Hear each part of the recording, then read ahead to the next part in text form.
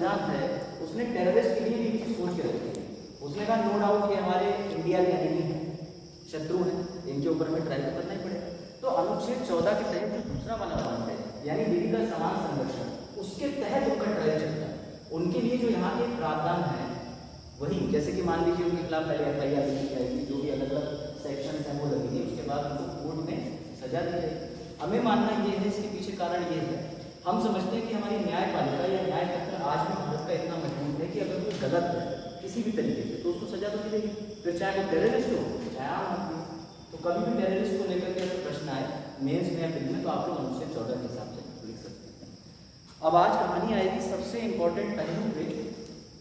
14 से लेकर 18 तक तो आ जाता है समानता, लेकिन 15 और 16 दो ऐसे अनुच्छेद हमारे संविधान में वर्णित हैं जो एक सबसे इंपॉर्टेंट बात करते हैं आरक्षण। किसकी बात करते हैं? आपको जानकर हैरत होगी कि जब संविधान बना था तो संविधान के अंदर आरक्षण नहीं था। जब संविधान बनकर 1950 में तैयार होकर लागू हुआ था, 1949 में बनकर तैयार हुआ, 50 में लागू हुआ था, तो आरक्षण की बात नहीं थी। आरक्षण की बात कहाँ नहीं थी? आरक्षण की बात मौलिक अधिकार में नहीं। इसका मतलब ये नहीं था कि हमको कंपल्सरी आरक्षण मिलना ही मिलना चाहिए। बात हुई थी अनुच्छेद 46 के अंदर। किसके अंदर? अनुच्छेद 46 के अंदर। और आपको एक चीज और पता होगी कि 36 से लेकर के 51 तक राज्य के नीति निर्देशक तत्व बोले जाते हैं, यानी कि directive principles of state policy. और DPSP के अंदर एक प्रावधान है कि ये किसी भी राज्य को डायरेक्शन तो देते हैं कि राज्य के अंदर आपको रोजगार के अवसर लाना चाहिए, संसाधन मैनेज करना चाहिए, सारी चीज़ों को आप लेकर के चलेंगे। क्या क्या आप अगर कोई भी योजना या पॉलिसी बनाएंगे तो इनके अंतर्गत बनाएंगे। ज़्यादातर राज्य के अंदर सरकार जो है उसको निर्देश प्रदान करते हैं। अब आप खुद सोचो कि इसी कार्य अनुच्छेद 37 कहता है कि अगर कोई राज्य 36 से 51 का काम ना करना चाहे तो उसके विरुद्ध हम न्यायालय नहीं जा सकते। आप मुझे ये बता दीजिए कि तमाम पेटिशन पढ़ रही है इस समय, तमाम PIL पढ़ रही है कि सरकार से नौकरी की मांग करो। यहाँ तक कि मोदी को भी पत्र लिखे जा रहे हैं, आदरणीय मोदी जी को, लेकिन उसके बावजूद भी सरकार को रोजगार के मामले में कोर्ट में क्यों नहीं खड़ा कर सकते? कभी आपने सोचा है? कोई ऐसे मुझे केस का आप नाम बता दीजिए, कोई ऐसी घटना बता दीजिए इतिहास की जिसमें सरकार से जान पूछ करके नई नौकरियों की नियुक्ति निकलवा ली हो और न्यायपालिका ने कहा हो नहीं तुमको ये नियुक्ति देनी पड़ेगी। नई नियुक्ति की बात कर रहा हूँ, उसकी बात नहीं कर रहा हूँ जो 2016 से रिजल्ट अटके हुए हैं, 2019 में आ गए। कभी भी हम बातें कर सकते हैं? नहीं बात कर सकते, क्योंकि अनुच्छेद 37 जो है वो प्रोटेक्शन दे देता है। राज्य की जब सरकार आती है तो उसको राज्य को समझने में थोड़ा वक्त लगता है। अगर हम स्ट्रेट फॉरवर्ड तरीके से, एकदम रिजिड तरीके से, कठोर तरीके से ये सारे नीति निर्देशक तत्व फॉलो करवाने में लग गए तो राज्य की सरकार तो हाथ जोड़ लेगी। इसमें तो यही लिखा हुआ है शराब नहीं, किसी भी क्या कहते हैं राज्य के अंदर शराब नहीं होना चाहिए। अनुच्छेद 47 कहता है कि जितने भी लोग हैं उनको आप उपयुक्त ऐसी चीज़ें दो जिसमें क्वालिटी हो। अब आपको पता है भारत के अंदर क्वालिटी पान मसाला बीड़ी सिगरेट वो भी दिख रहा है, उस पर भी रेस्ट्रिक्शन नहीं लगी हुई। क्यों? क्योंकि सरकार के दो उद्देश्य होते हैं। पहला उद्देश्य होता है, सबसे प्रथम उद्देश्य सोसाइटी यानी कि सामाजिक गोल, और दूसरा होता है अपनी सरकार को बनाए रखना। और सरकार बनाए रखने के लिए वो ये तो हमें बताती है अपने चुनाव मैनिफेस्टो में हम रोजगार के अवसर देंगे, हम ये करेंगे, महंगाई कम करेंगे, लेकिन आप कभी भी उनका जो पत्र होता है, मैनिफेस्टो होता है, उसके बेसिस पे न्यायालय क्यों नहीं जा सकते? इसीलिए नहीं जा सकते क्योंकि हमारे मौलिक अधिकार के विरुद्ध अगर कोई भी स्टेट काम करेगा तब हम न्यायालय जा सकते हैं, ना कि हम नीति निर्देशक तत्व की जानबूझ करके उनसे कार्य कराते हैं। अब ये स्टोरी समझाने का आप मतलब समझो। आप देखना आर्टिकल 15 के अंदर होता है, जब आर्टिकल 15 यानी कि अनुच्छेद 15 बनकर तैयार हुआ तो उसमें संविधान के अंदर ओरिजिनली 3 उपखंड थे। आप लोगों ने पढ़ा होगा बेरेट, अगर आप नहीं पढ़े हैं तो बेरेट की रीडिंग पर थोड़ा सा फोकस करें। उसमें होता है, तभी आपने देखा होगा कि आर्टिकल लिखा है 15, उसके बाद 15 के नीचे ऐसे लिखा होगा 1 2 3, या फिर आप देखते होंगे 15 का। ये क्या है? कोई बता सकता है ये क्या है? सब आर्टिकल है। कहने का मतलब ये है कि जब हमें किसी किताब में, जैसे अभी सर ने एक पैराग्राफ लिखा है इस क्लास से पहले, अगर इस पैराग्राफ में हमें 8600 करोड़ बताना है किसी को तो हमें बताने में डिफिकल्टी होगी। हम ये बताएंगे इस लाइन से पढ़ना शुरू करो, यहाँ यहाँ यहाँ पर आओ। लेकिन अगर हमारे संविधान के अंदर कोई उपखंड होता है तो मैं आपको बताने में आसानी होगी कि 15 का 2 चेक करोगे, वहाँ पे आपको ये प्रावधान मिल जाएगा। 15 का 3 चेक करोगे। इसीलिए हमारे संविधान निर्माताओं ने उपखंड में विभाजित किया। ये चीज क्लियर होगी। अब देखो स्टोरी यहाँ आती है कि अनुच्छेद 15 एक बात कहता है कि आप किसी भी व्यक्ति को, पढ़िए हिंदी वाले कहाँ, हिंदी वाले को पढ़ोगे कैसे होगी हिंदी को बेटा, भाषा पढ़ो 15 में क्या लिखा है, नो डिस्क्रिमिनेशन, किसी के पास डायरेक्ट नहीं है सर। राज्य, ध्यान से सुनना सब, एक एक शब्द आप प्लीज पढ़ दीजिए। राज्य किसी नागरिक के विरुद्ध केवल धर्म, मूलवंश, जाति, लिंग, जन्मस्थान या इनमें से किसी के भी आधार पर कोई विभेद नहीं करेगा। अब ब्लैक बोर्ड की तरफ देखिए, बैठिए। वर्ड आया केवल, इसका मतलब ये हुआ कि race, religion, caste, place of birth. Race का मतलब, रिलीजन का मतलब हो जाता है धर्म, रेस का मतलब हो जाता है आप किस मूल जाति, किस संप्रदाय से बिलोंग करते हो, कास्ट भी आपको सबको पता है, जन्म का स्थान भी आपको पता है। लेकिन संविधान का अनुच्छेद 15 तो सिर्फ एक ही बात कह रहा है कि केवल तुम ये जो 4-5 चीजें इसके अंदर इन्होंने बताई हैं, सिर्फ इसी के भेद पे अंतर नहीं करोगे। इसका मतलब बाकी चीजों में अंतर कर सकते हैं क्या हम? इसका मतलब कि हम बाकी चीजों में अंतर कर सकते हैं। अगर मैं आपसे ये कह दूं कि मैं आपके पहनावे से आपको जज नहीं करूंगा, लेकिन दूसरा इसका मतलब ये भी है कि मैं आपकी शैक्षिक योग्यता के ऊपर अंतर कर सकता हूँ। भाई संविधान के अनुच्छेद 15 की आपने जो भाषा पढ़ी, उन्होंने कहा किसी व्यक्ति के धर्म, जाति, मूल, वंश, जन्म के स्थान, ठीक है, या फिर उसका रंग है, या फिर उसका सेक्स है, यानी कि वो मेल है या फीमेल है, इसको लेकर के मतलब नहीं करते। अब सवाल ये आता है कि आर्मी की जो वैकेंसी आती है उसमें तो स्पष्ट लिखते हैं हमको नहीं चाहिए 4.5 फुट का, हमको चाहिए 5 फुट 7 इंच का। ये भी तो भेद हो गया। अगर कोई भी वैकेंसी आती है उनके अपने मानक होते हैं, वो लिख देते हैं हमें 3 साल का तजुर्बा चाहिए, तो कैसे लिख देते हैं, कहाँ से ये चीज़ पॉसिबल हो जाता है? अनुच्छेद 14 को लेकर कोई भी कंफ्यूज मत होना, ये बताता है कि समानता क्या होती है, सिर्फ समानता की परिभाषा देता है। लेकिन समानता किस बेसिस पे, कौन से आधार होंगे जिसके भारत के अंदर हम असमान व्यवहार ना करें, वो बताते हैं अनुच्छेद 15। इसलिए कंफ्यूज ना हो। अब यही प्रॉब्लम आगे चल के आएगी, देखो क्या होता है, आरक्षण की बातें नहीं हो रही है। संविधान 15(1) के अंदर इन्होंने प्रावधान लिख दिया जो मैंने अभी आपको पढ़ के बताया। इसके अंदर 15(2) के अंदर इन्होंने 2 पॉइंट और डाल दिए। होता क्या था कि पहले छुआछूत बहुत होती, ये बात आप सभी को पता है कि प्राचीन भारत में, मध्य भारत में, यहाँ तक कि आधुनिक भारत और आज के भी भारत में छुआछूत चलती है, ये एक्सेप्ट करने में कोई बुराई नहीं, ठीक है। और मेरे तो समझ में नहीं आता, जब ऊंची जाति वाले उसको छू के पवित्र नहीं कर सकते तो उससे अछूत होने का डर क्यों है? तो मेन पॉइंट यहाँ पे आता है कि ये चीजें पहले बहुत प्रैक्टिस होती थी। पहले ये होती थी कि साहब ठाकुर साहब का या चौधरी साहब का कुआं है, वहां से कोई नीच जात का व्यक्ति पानी नहीं भर सकता, उनका एक घाट है, उस घाट पे आप जा नहीं सकते, उनका एक तालाब है, उस तालाब के आप आस-पास नहीं बैठा सकते।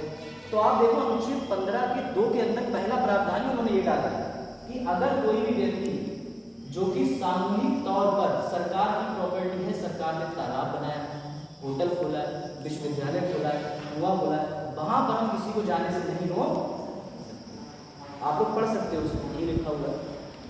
किसी भी व्यक्ति को रेस्टोरेंट जाने से और कहीं भी जाने से जो कि सरकारी प्रॉपर्टी हो, और यहाँ पर एक चीज आप फिर से रिवाइज करो कि सरकारी प्रॉपर्टी का मतलब ये है जो चीज अनुच्छेद 12 के अंदर आती है। अब मुझे ये बताओ, मेरा प्राइवेट घर है, मेरा घर मेरी संपत्ति, मैंने उसके अंदर एक कुआं खोल दिया, मैं उसके अंदर बहुत नहा, बढ़िया, आप में से कोई एक जो है वो दूसरी जात का है या कोई XYZ है, वो ऐसी कैटेगरी का है जो मेरी कैटेगरी से मैच नहीं होता है, वो रास्ते से जा रहा था, उसने देखा गर्मी बहुत है, उसने अपने वस्त्र उतारे और डूब गया, तो क्या वो ऐसा कर सकता है? क्या मैं उसे भेदभाव कर सकता हूँ? नहीं, तुम मेरे कुएं में नहीं कर सकते हैं वो, इसे पर्सनल प्रॉब्लम कर सकते हैं। इसीलिए अनुच्छेद के अंदर ध्यान से देखो, उन्होंने पब्लिक की बात करी है, ये बात करी है कि जो सार्वजनिक तौर पर उपलब्ध होंगे, जो राज्य सरकार के अधिकार। यहाँ पर आप डिफरेंस समझने की कोशिश करो। भारत के अंदर अगर कोई भी विधि बनती है और अगर सरकार ने वो विधि बनाई है, तो कोई भी व्यक्ति अगर उसके अनुसार अलग जाता है, भिन्न जाता है, तब सरकार सजा देगी। लेकिन साथ ही साथ व्यक्ति के अनुच्छेद 21 के अनुसार निजता के अधिकार भी हैं, तो निजता तो आप रख ही सकते हो। अब आप अपने घर के अंदर कपड़े पहनो चाहे निर्वस्त्र हो, लेकिन बाहर कुछ मान मर्यादा है, आपको ऐसे उठना पड़ेगा, ठीक है। तो ये चीजें डिफाइन करती हैं कि अनुच्छेद 15 के 2 के अंदर क्या लिखा है। अब आ जाओ अनुच्छेद 15 के 3 के ऊपर। 3 में लिखा हुआ है कि स्त्रियों एवं बालकों के लिए कोई भी राज्य जो होगा वो अधिनियम बना सकता है, यह नियम बना सकता है। लिखी हुई है, पढ़ो, कहाँ पढ़ेगा हिंदी वाला, पढ़िए आप, क्या नाम था, पढ़िए 15(3). इस अनुच्छेद की कोई बात राज्य को स्त्रियों और बालकों के लिए कोई विशेष उपबंध करने से निवारित नहीं करेगी। यानी कि अगर हम बात करें तो रिजर्वेशन की पूर्णता तो बात नहीं हो रही। अभी ये भी बताया कि स्त्री और बालक जनरल के हैं, ओबीसी के, एससी एसटी के नहीं बताया, बता दो।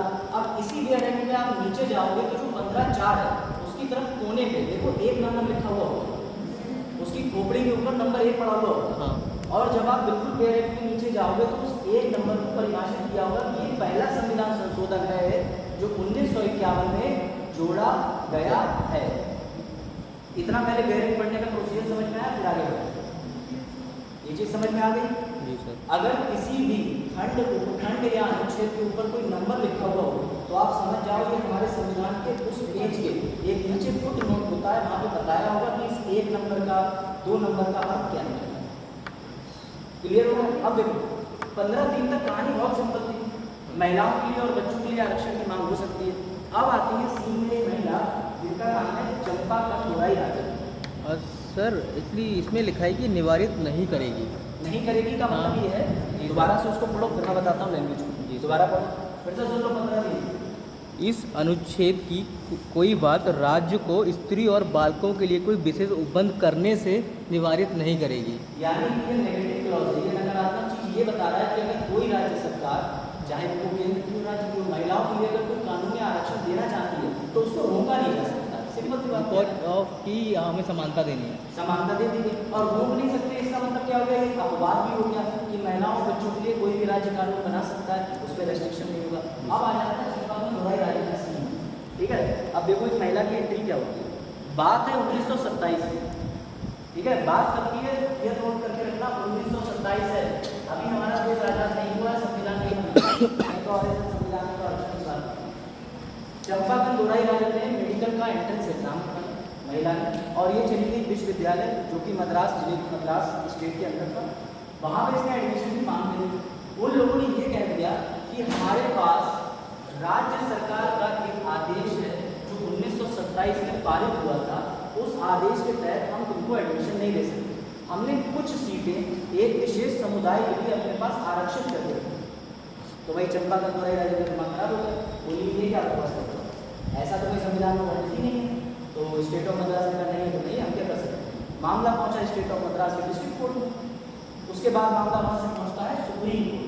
अब जब सुप्रीम कोर्ट के पास मामला पहुंचता है तो सुप्रीम कोर्ट के सामने एक दुविधा निकल के आ जाती है। सुप्रीम कोर्ट बुलाती है राज्य और राज्य से कहती है, ये बात हमेशा ध्यान रखना कि कोई भी मौलिक अधिकार अगर होता है और कोर्ट में उसकी एक्सप्लेनेशन मांगी जाती है तो उसके लिए सरकार को बुलाया जाता है, क्योंकि सरकार ही होती है जो हमारे लिए कोई भी विधि बनाती है। तो आपको पता होगा विधायिका बनाती है, सुप्रीम कोर्ट तो नियम बनाता है।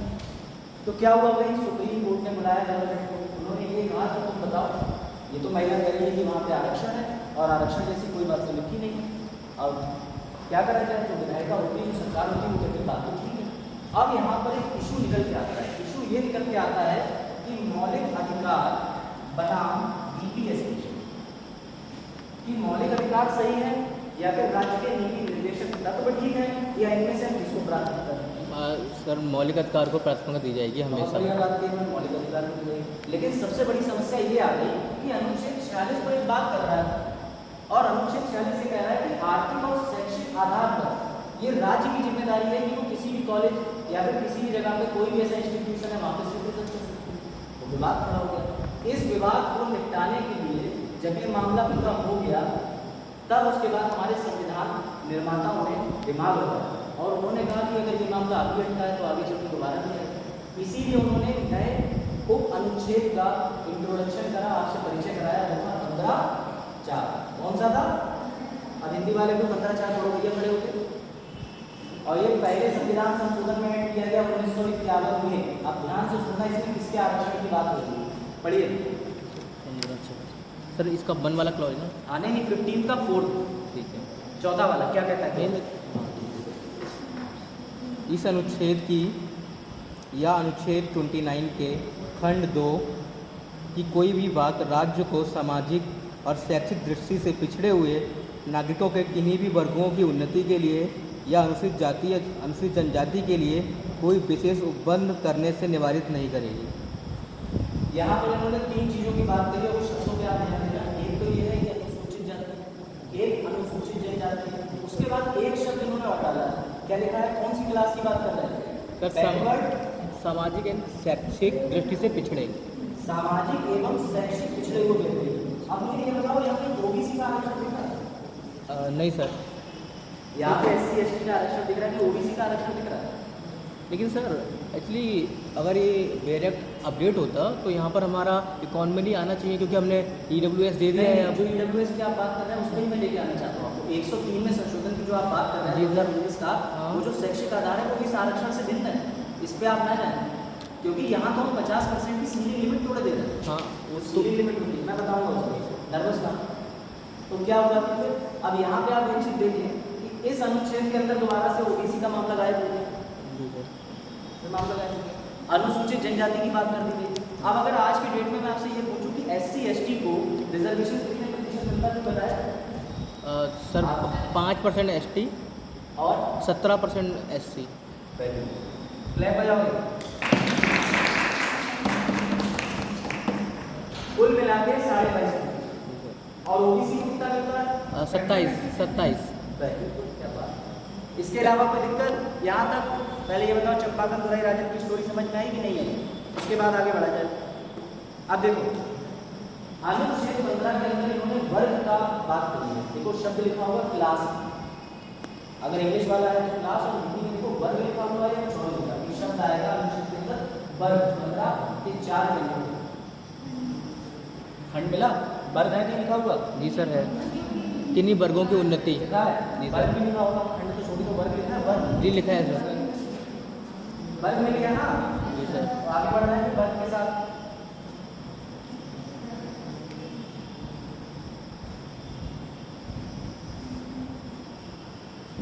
आप मुझे ये बताओ कि जो वर्ग है यहाँ पर लिखा हुआ है उसका मतलब है क्लास। नहीं दिख रहा? बोल तो सुनाई दे रहा है? दूसरा माना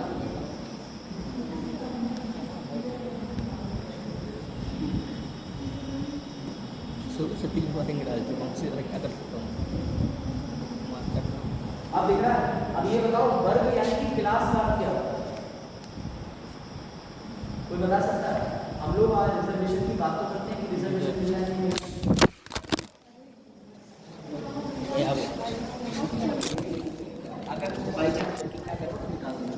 सर गया।